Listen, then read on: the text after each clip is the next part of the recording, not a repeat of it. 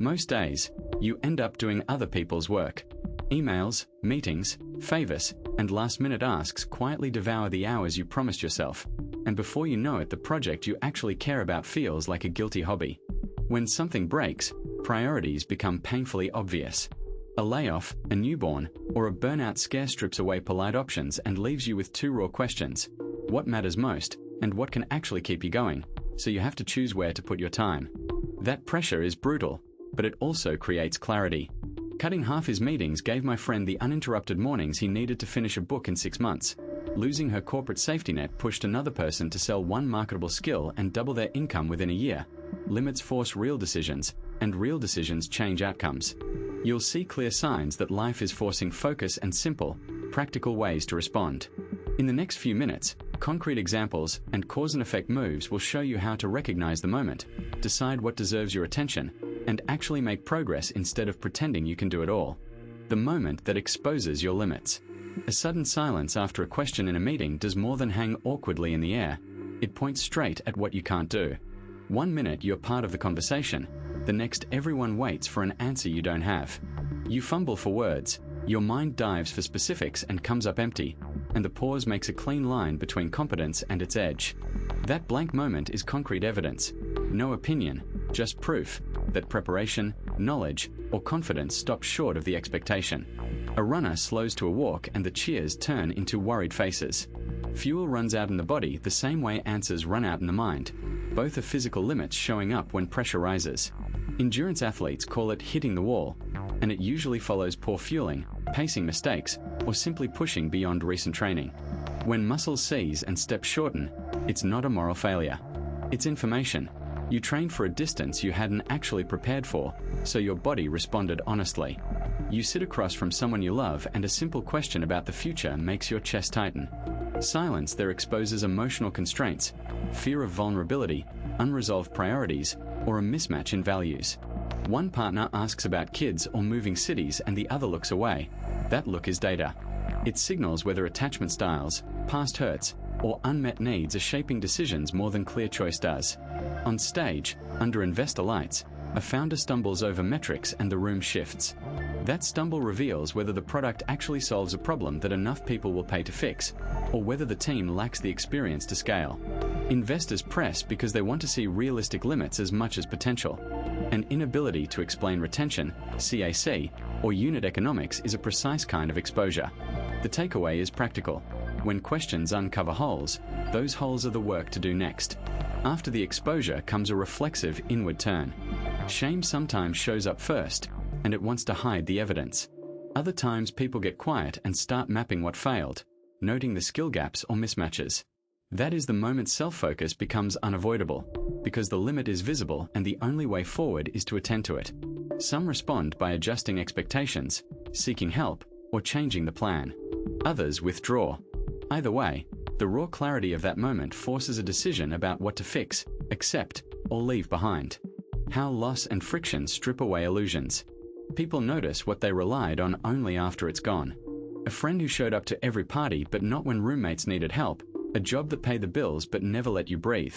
Those disappearances expose the difference between convenience and commitment. The immediate effect is sharp. Routines collapse, calendars open up, and a strange quiet replaces the noise of obligations. Over time, the quieter truth emerges. Some of the stories you'd built about loyalty, meaning, or identity were thin veneers resting on benefits and proximity, not on deeper alignment. Small, repeated annoyances wear down illusions faster than a single big loss. When a product you depend on keeps breaking, or a vendor misses deadlines again and again, you stop believing in promises and start looking for patterns. That friction creates a test. People who said we'll always be there reveal the limits of their tolerance. Systems that seemed robust show seams where maintenance was never prioritized. The consequence is practical. You either redesign expectations around actual behavior, or you get burned by assuming goodwill will persist without proof. Losing a role or capability forces choices about identity in a way nothing else does. An athlete sidelined by injury, a parent whose child leaves home, an employee after a layoff, all face the same narrowing of options. Without the old role filling time and self-worth, the comfortable narrative about who you are falls away, and decisions that were previously theoretical become urgent. Some people scramble to patch the old story back together, while others are pushed toward reframing their skills and values for something more honest and sustainable. Friction and loss together serve as a revealing filter, separating what was true from what was convenient. After a flood or a financial shock, households discard the decorative extras and keep the essentials: beds, documents, a few trusted tools. Businesses prune product lines that survived on marketing alone and double down on what customers actually use. That pruning isn't glamorous, but it's clarifying. It forces a focus on reliable contributions, on relationships that endure in stress, and on behaviors that hold up when conditions change. Practical triaging, choosing what truly deserves attention. Your phone buzzes while you're drafting a report, and the brain immediately offers a split-second argument. One side says the message could be important. The other knows every interruption steals a sliver of focus and makes the next paragraph harder to write. Labeling things as urgent or important before you react matters, because urgent things demand immediate action, but important things move you forward. Treating every ping as important leaves nothing for the work that actually shapes outcomes. For example, a teammate asking for a quick file is urgent for their deadline, but may be less important for your quarterly goal. Answering it right away can push your strategic task into tomorrow. There's a tight knot of guilt that shows up when you ignore a request from a colleague, a friend, or a family member. That guilt often comes from not having clear filters for attention, like impact, reversibility, and source credibility.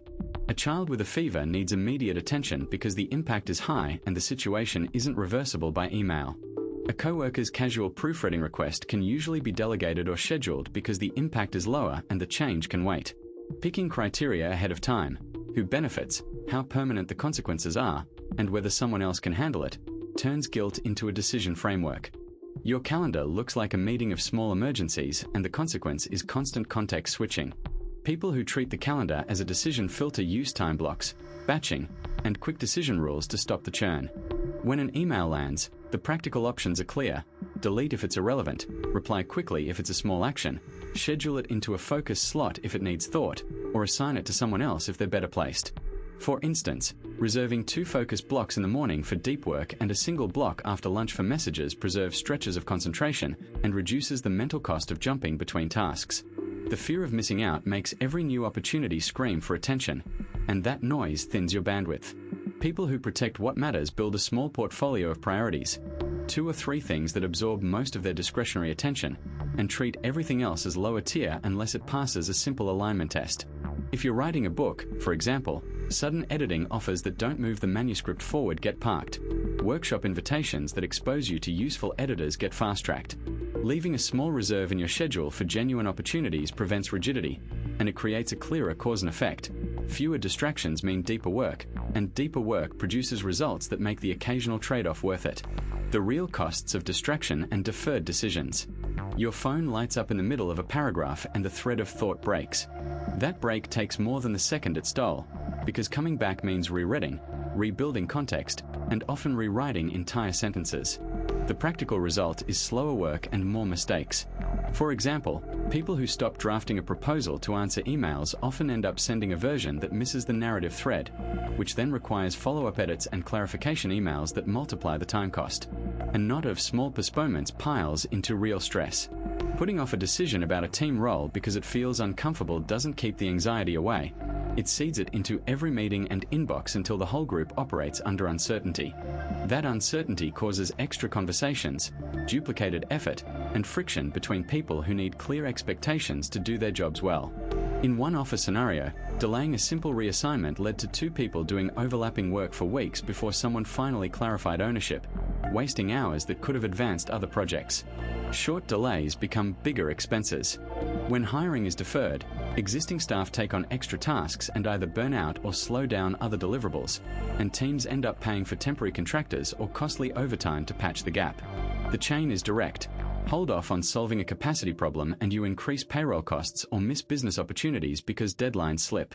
A company that delays approving a product feature can lose shelf space or market momentum to a rival who moved faster. And that loss isn't theoretical, it's captured in cancelled deals and longer sales cycles. Long-term, distraction and indecision shape reputation and relationships. If someone is known for late answers or perpetual tinkering instead of finishing, partners start to avoid them for critical work, and friends feel ignored when plans are constantly deferred. The effect compounds: fewer trusted collaborations, more last-minute fixes, and a steady erosion of optionality. Consider routine home maintenance postponed for later that turns into an emergency repair. What started as convenience becomes a larger financial and emotional burden for everyone involved. Tests over promises. Small habits that force focus. Most plans live in the future and sound good in conversation. Saying first'll focus tomorrow or first'll finish that chapter creates a promise. But promises have no instant truth test. They float. Tests force an answer right now, so they reveal whether the intention is real or just comforting talk. When a morning ritual is reduced to a single pass of fail action, stand up from the desk, open the document, set a 2-minute timer, the mind must respond immediately, and the result removes ambiguity. People often stall because the first step feels big. Setting a tiny, observable test strips the first step down to something trivial, like writing one sentence, pushing off one sock, or hitting start on a short timer. The outcome is binary, done or not done. Because the barrier is lower, momentum often follows. A short, successful test tends to turn into a longer session. For example, a writer who commits to typing one sentence every morning typically ends up writing several paragraphs, simply because the initial friction has been defeated. Habits that act as built-in tests live in the environment and are hard to ignore. Leaving a notebook open on the kitchen counter, putting running shoes by the door, or keeping only the work tab open on a browser creates an obvious cue with immediate feedback. The presence of the cue asks a silent question, action or ignore, and that tiny test cuts through wishful thinking. When an app is forced into airplane mode at set hours, the absence of distraction becomes evidence that focus is possible, not just aspirational. Social microtests make intentions public and measurable. A person might post a one-line daily update in a group chat, or have a coworker confirm the start of a sprint. Each small report converts private promise into public fact. Visible streaks on a calendar or a habit tracker perform the same function. They show exact wins and exact misses. The social or visible score enforces reality because skip tests are obvious, and that clarity changes behavior.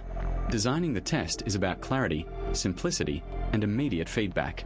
Good tests can usually be completed in under a minute and leave a trace, a saved file, a checkbox, a sent message. When the test is honest and repeatable, it becomes a reliable sensor for real focus versus comforting intentions. Over time, those tiny, repeated truths stack into stronger habits, because the system rewards the truth teller and punishes empty promises by making them visible. You know that hollow tiredness at the end of a long day when nothing feels finished. It comes from spreading yourself thin, saying yes to extra shifts, endless meetings, and mindless scrolling until the hours are gone. When you accept that trade-off, you see why real self-focus becomes the only honest option. You might be wondering what actually changes when you choose differently. In short, notice your priorities, cut the smallest distractions, set a few clear boundaries, and measure tiny wins. For example, block 2 hours on your calendar for a project, try a week without midnight email, or tell one person you can't take on their task right now.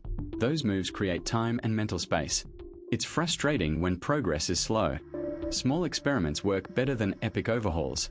Start with a 15-minute focus morning, then add another slot after 2 weeks if it's stuck. Those tiny successes pile up and change what you expect from yourself. If this landed with you, you might want to stick around. In the next videos, first I'll share real scripts for saying no, daily routines that protect deep work, and case studies from people who reversed burnout into forward motion. If you'd like that, consider following along so you don't miss what comes next.